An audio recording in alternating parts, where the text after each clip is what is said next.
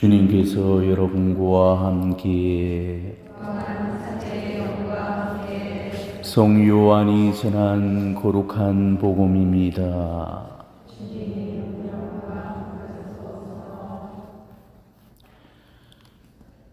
그때 예수님께서는 야곱이 자기 아들 요셉에게 준 땅에서 가까운 시카르라는 사마리아의 한 고을에 이르셨다. 그곳에는 야곱의 우물이 있었다. 길을 건너라 지치신 예수님께서는 그 우물가에 앉으셨다. 때는 정오 무렵이었다. 마침 사마리아 여자 하나가 물을 길어러 왔다. 그러자 예수님께서 나에게 마실 물을 좀 다오 하고 그 여자에게 말씀하셨다. 제자들은 먹을 것을 사러 고을에 가 있었다. 사마리아 여자가 예수님께 말하였다. 선생님은 어떻게 유다 사람이면서 사마리아 여자인 저에게 마실 물을 청하십니까?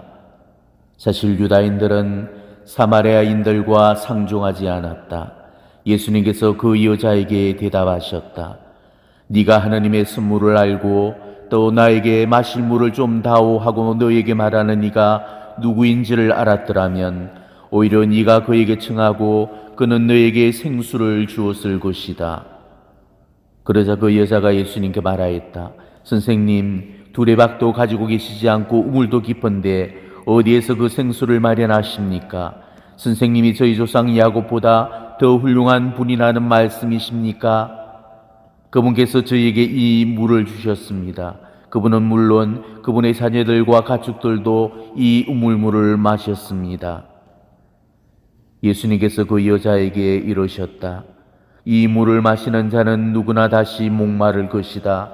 그러나 내가 주는 물을 마시는 사람은 영원히 목마르지 않을 것이다. 내가 주는 물은 그 사람 안에서 물이 솟는 샘이 되어 영원한 생명을 누리게 할 것이다. 그러자 그 여자가 예수님께 말하였다. 선생님, 그 물을 저에게 주십시오.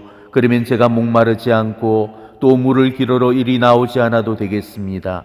이제 보니 선생님은 예언자시군요. 저희 조상들은 이 산에서 예배를 드렸습니다. 그런데 선생님네는 예배를 드려야 하는 곳이 예루살렘에 있다고 말합니다. 예수님께서 그 여자에게 말씀하셨다. 여인아, 내 말을 믿어라. 너희가 이 산도 아니고 예루살렘도 아닌 곳에서 아버지께 예배를 드릴 때가 온다.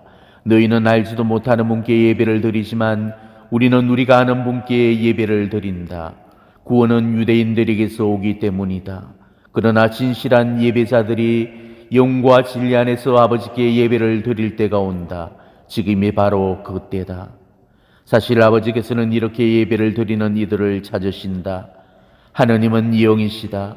그러므로 그분께 예배를 드리는 이는 영과 진리 안에서 예배를 드려야 한다. 그 여자가 예수님께 저는 그리스도라고도 하는 메시아께서 오신다는 것을 압니다. 그분께서 오시면 우리에게 모든 것을 알려주시겠지요 하였다. 그러자 예수님께서 그 여자에게 말씀하셨다. 너와 말하고 있는 내가 바로 그 사람이다. 그 고을에 사는 많은 사마리아인들이 예수님을 믿게 되었다. 이 사마리아인들이 예수님께 와서 자기들과 함께 머무르시기를 청하자 그분께서는 거기에서 이틀을 머무르셨다. 그리하여 더 많은 사람이 그분의 말씀을 듣고 믿게 되었다. 그들이 그 여자에게 말하였다. 우리가 믿는 것은 이제 당신이 한 말 때문이 아니요 우리가 직접 듣고 이분께서 참으로 세상의 구원자이심을 알게 되었소. 주님의 말씀입니다.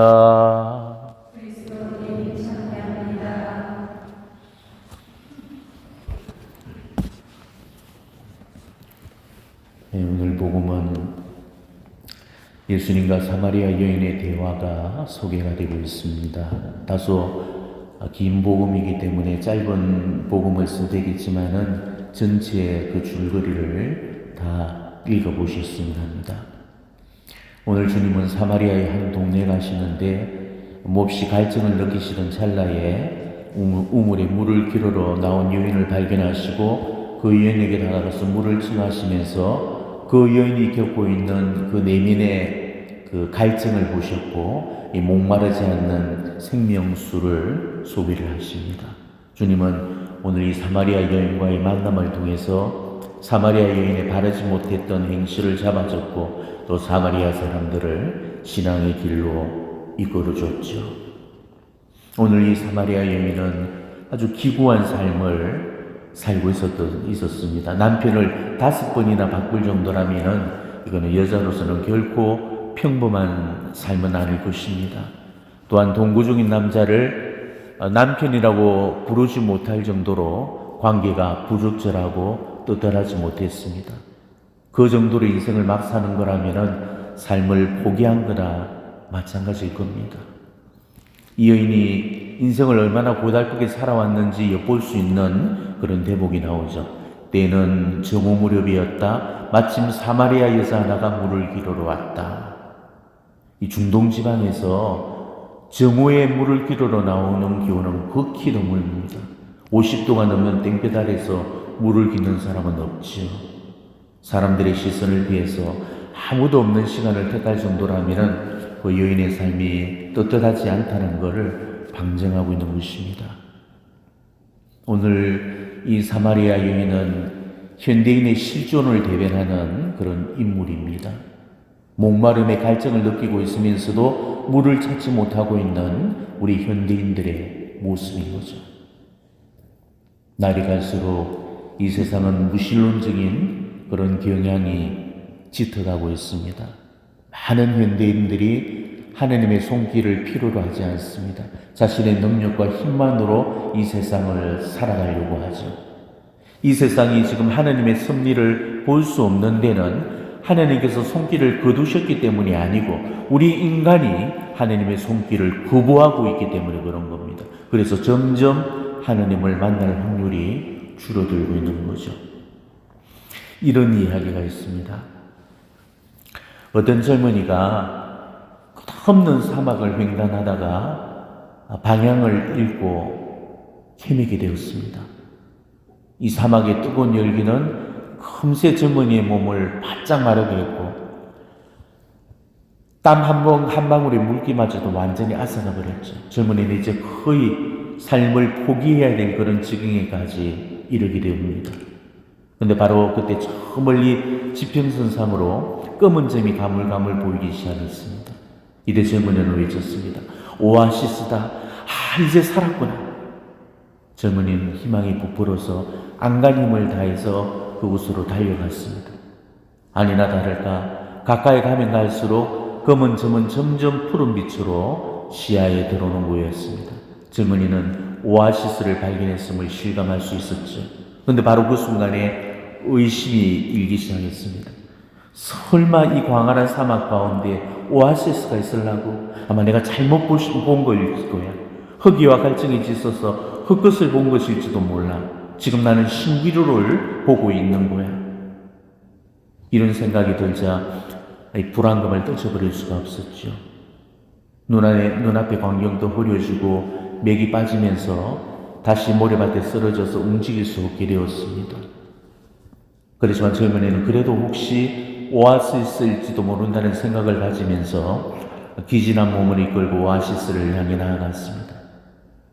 눈앞에는 이제 빨마 잎새와 푸른 풀들이 보이기 시작했고 오아시스가 눈앞에 펼쳐졌습니다.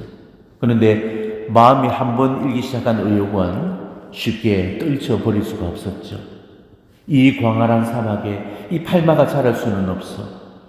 더군다나 샘이 솟다니 그럴 수는 없어. 내가 지금 흙끝을 보고 있는 거야. 정신을 차려야 돼. 그러지 않으면 나는 죽고 말 거야.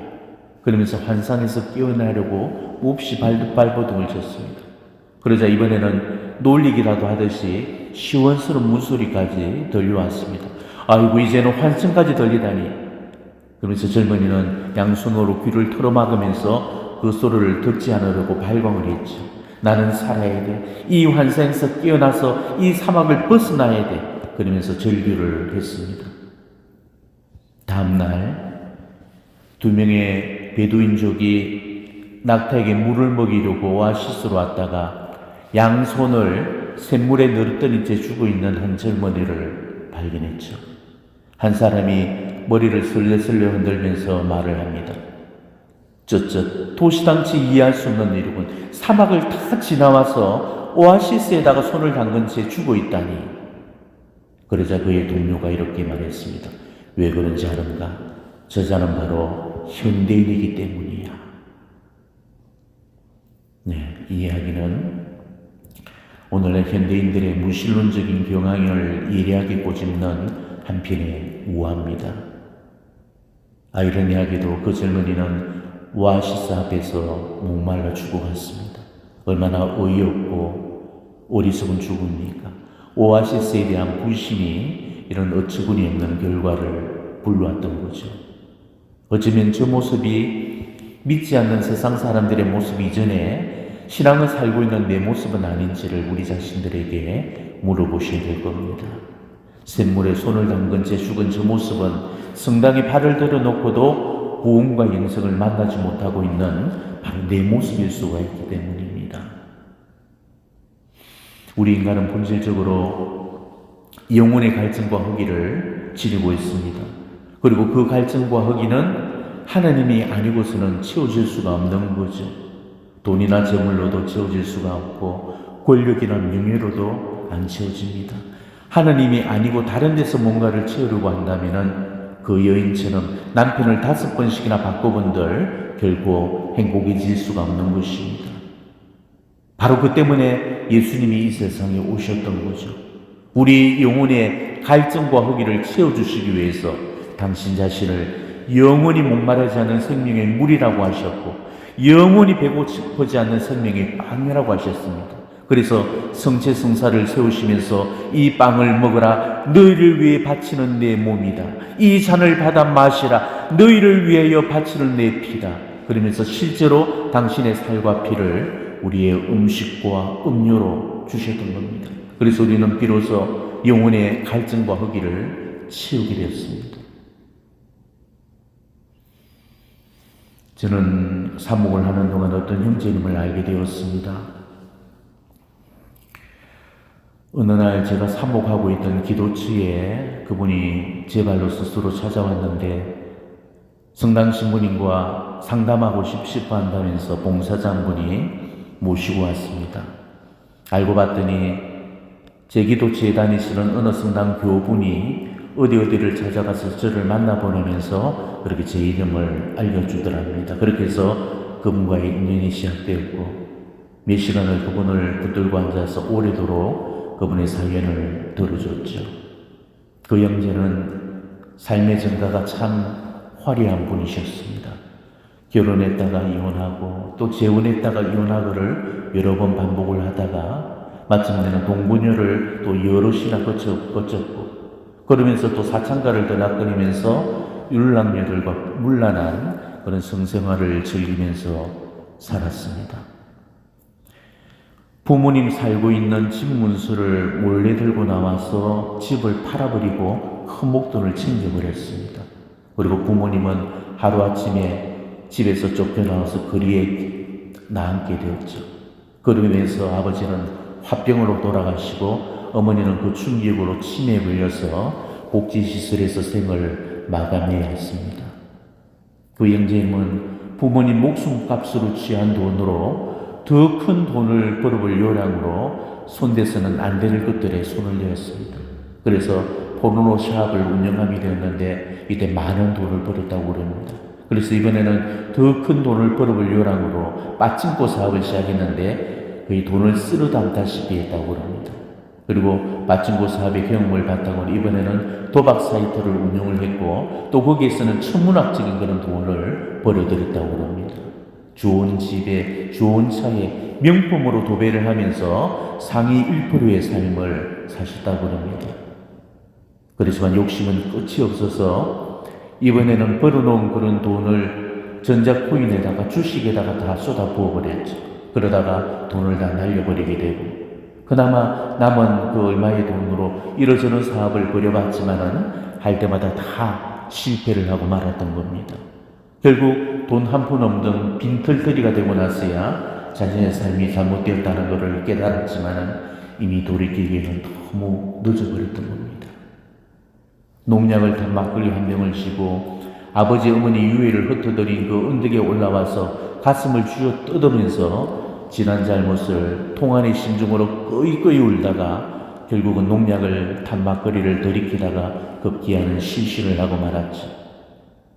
눈을 뜨고 보니까 병원 응급실에 누워있더랍니다. 다행히 산행을 하던 사람들 눈에 띄어서 응급실로 실려와서 가까스로 목숨을 살렸던 겁니다. 그렇지만은 자기를 살려준 사람들이 고맙기는커녕 그렇게 원망스러웠다고 합니다. 그대로 죽었다면 그걸로 다 끝이 났을 건데 이렇게 살아나서 또 어떻게 사냐고 병원에서 마구 낭동을 부렸다고 그럽니다. 그러고 나가서는 또 얼마 지나지 않아서 술에 흠뻑 취한 상태로 자기 손목에다가 칼을 꺼버렸죠. 그리고 다시 눈을 떴는데 또 이번에도 병원에 실려와 있었던 것입니다. 죽는 것도 제 마음대로 안 된다면서 원망과 분노 속에서 삶을 자포자기하고 있었습니다. 그러다가 우연히 그분이 한 성당 앞을 지나치게 되는데 그 순간에 불현듯 어린 시절 동네 아이들과 과자를 받아 먹으러 다니던 그 동네 성당이 생각이 나더랍니다.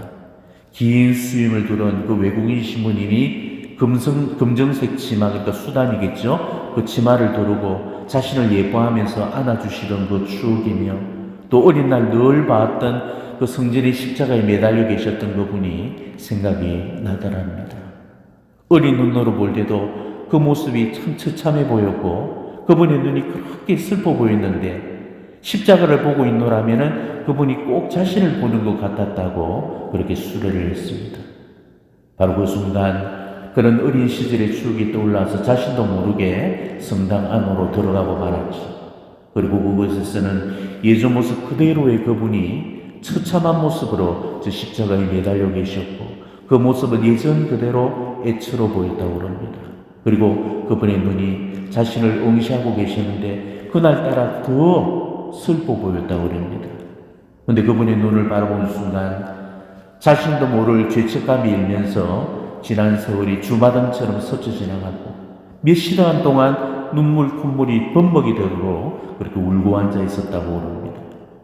그렇게 실컷 울고 나서는 도대체 뭘 어떻게 해야 될지를 몰라서 그렇게 한동안 멍하니 있었는데 바로 그 찰나에 기도하러 성전에 들어오시던 그 자매님이 계셔서 그 성당 신부님과 상담을 하고 싶다고 말하니까 저한테 가보라면서 그렇게 쪽지를 적어주시더랍니다. 그분이 사연을 듣는 내도록 그분은 자신의 삶을 아파하면서 몹시 후회를 했습니다. 부모님한테도 또 늘 폭력을 쓰면서 때렸던 떠나간 아내들한테도 자기가 또 더러운 음란물로 타락시켰던 그런 사람들한테도 모든 것들이 다 자기 탓이고 자기 죄였다고 그렇게 고백을 했습니다. 그렇게 자신의 지난 잘못 앞에 얼마나 후회함이 울던지 정말 그 어떤 신자들한테서도 보기 드문 그런 성기랑 고해 성사를 듣는 것 같은 기분이었습니다. 저는 그 형제가 회개할 의지가 있다는 것을 확인하고는 그 형제를 도와주기로 마음을 먹고 제가 도울 수 있는 범위 내에서 최대한 도움을 드렸습니다. 아는 분을 통해서 일자리도 주선해줬고 조그만 방도 구해줬습니다. 다행히 그분은 조금씩 무질서했던 자기 삶을 정돈하기 시작했죠. 그렇게 직장을 구하고 첫 달이 지났을 무렵에 그분은 조그만 선물 세트를 사들고 제게 인사를 왔습니다. 그런데 그분과 이러저런 담소를 나누던 중에 저 영혼의 밑바닥에 스며 있는 그런 외로움들이 느껴지는 거였습니다. 직장도 구했고 잘방도 있고 월급도 받았지만은 그걸로는 충족되어질 수 없는 결핍이 그 영혼 속에 내재되어 있었던 거죠. 그의 영혼이 무언가를 갈급하고 있었던 것입니다. 저는 그분과 다시 진지한 대화를 나누기 시작했습니다. 그러면서 진짜 행복이 하나님 안에 있다는 것을 이야기를 해드렸고 하나님과 함께하는 삶의 아름다움을 말해줬습니다. 그의 형제는 제 이야기를 진지하게 경청했고 이었고 제가 믿는 하나님을 믿어보고 싶다고 말해왔습니다. 그래서 저는 인근의 성당을 소개해드렸고 그분은 거기서 교리 수업을 시작을 했습니다. 그러고서 한 두어 달이 지났으니까 그분한테서 전화가 걸려왔죠. 수다쟁이처럼 마구 이 얘기 저 얘기를 꺼내놓으면서 목소리가 너무너무 신이 나 있었습니다.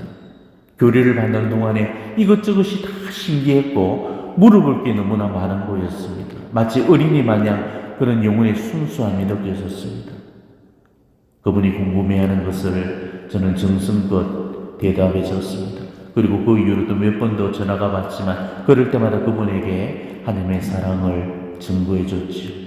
결국 그분은 6달 후에 바오로라는 이름으로 세례를 받았고 하나님의 자녀로 다시 태어날 수가 있었습니다.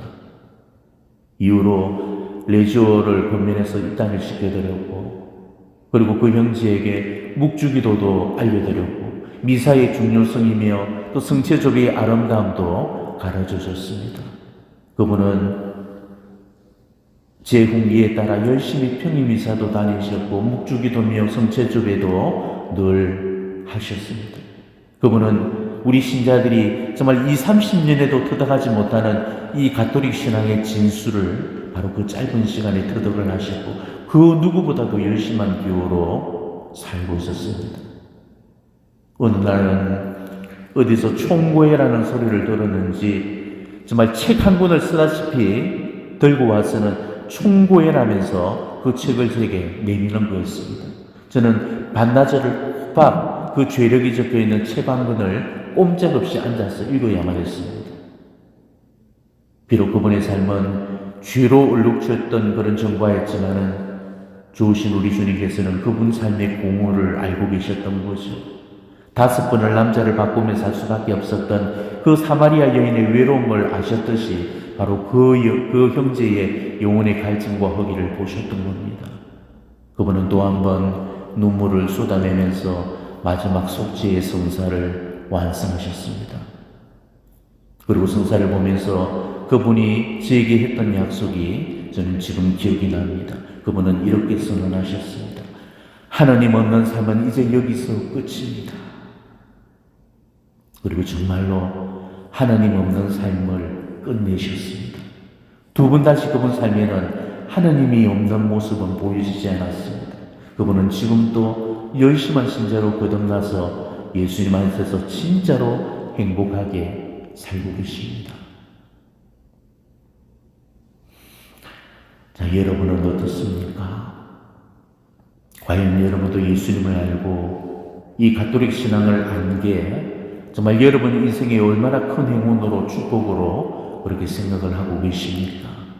이 생명의 오아시스에서 실컷 물을 마시면서 영혼의 갈증을 풀고 있는지 아니면 이 오아시스에 손을 담근 채 죽어간 젊은이처럼 가장 행복한 신앙 속에서 가장 불행한 삶을 살고 있지는 않는지 오늘 그 물음을 자기 자신에게 한번 던져봤으면 합니다. 여러분은 지금 예수님이 얼마나 좋으십니까? 또 지금 예수님 안에서 얼마나 행복하십니까?